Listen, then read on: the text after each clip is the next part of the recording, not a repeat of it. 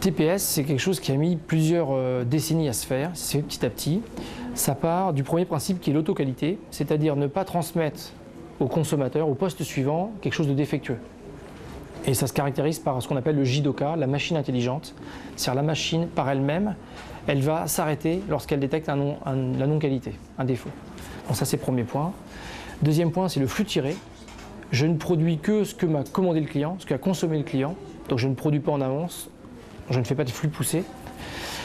Et troisième point, c'est le Kaizen, cette philosophie qui est de remettre en cause en permanence l'existant en apportant de petites améliorations, en faisant participer l'ensemble des employés.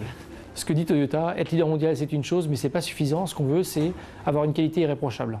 Donc le chemin continue, le chemin de l'amélioration continue chez Toyota. Donc voilà, ça fait des décennies que Toyota remet en cause son organisation, fait la traque au gaspillage, et à tous les niveaux de l'organisation, de l'opérateur jusqu'au directeur général, ce qui amène à avoir un système extrêmement efficace. La spécificité de Toyota, c'est qu'ils appliquent la méthode à toutes les échelles de l'entreprise avec persévérance. Dès qu'il y a un problème, ils le traitent systématiquement.